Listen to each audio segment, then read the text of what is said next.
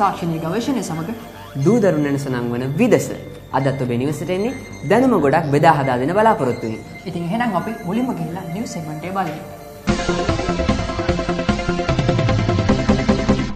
එක්සත් ජාතීන්ගේ සහස්‍ර සංවර්ධන අභිමතාර්ථ සාක්ෂාත් කර ගැනීම සඳහා සමාජ ප්‍රාග්ධනය බිහි කිරීම හා ශක්තිමත් කිරීම සඳහා විවෘත මෘදුකාංග ජාවා තාක්ෂණය ඒකාබද්ධ කර ගැනීම යන තේමාව යටතේ ජාවා ලෝක සමුළුව 2010 නොවැම්බර් 19 20 21 දිනවල ශ්‍රී ලංකාවේදී පැවැත්වේ.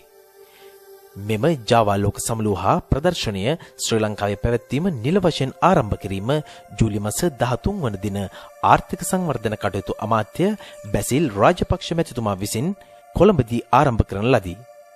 ගෝලීය දිළිඳුකම අවම කිරීමේ අපේක්ෂාවෙන් 2015 දී සහස්‍ර සංවර්ධන අභිමතාර්ථ ඉටු කර ගැනීම සඳහා 2000 දී ජාත්‍යන්තර සංවිධාන හා රාජ්‍ය නායකයන් විසින් එකග වන ලද ජාත්‍යන්තර සංවිධාන සඳහා වූ න්‍යාය පත්‍රයක් ලෙස සහස්‍ර සංවර්ධන අභිමතාර්ථ සැලකිය හැක.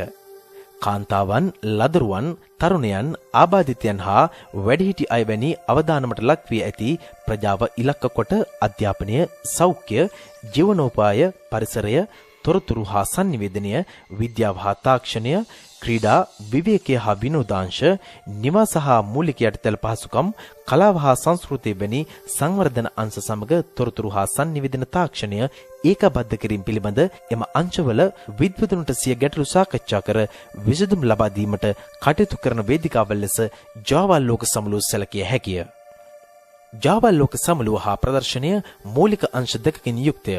ජාවා ශ්‍රී ලංකා 2010 ජාතික මෘදුකාංග ප්‍රදර්ශනය ශ්‍රී ලංකාවේ තරුණ තරුණයන්ගේ දක්ෂතා හා බුද්ධිය විදහා දක්වන 200කට අධික සංවර්ධන භාවිතයන් සඳහා වූ මෘදුකාංග නිෂ්පාදනය ප්‍රදර්ශනය කරන අතර ලක්ෂයකට අධික පිරිසක් ඒ නැරඹීමට පැමිණෙතයි අපේක්ෂා කෙරේ.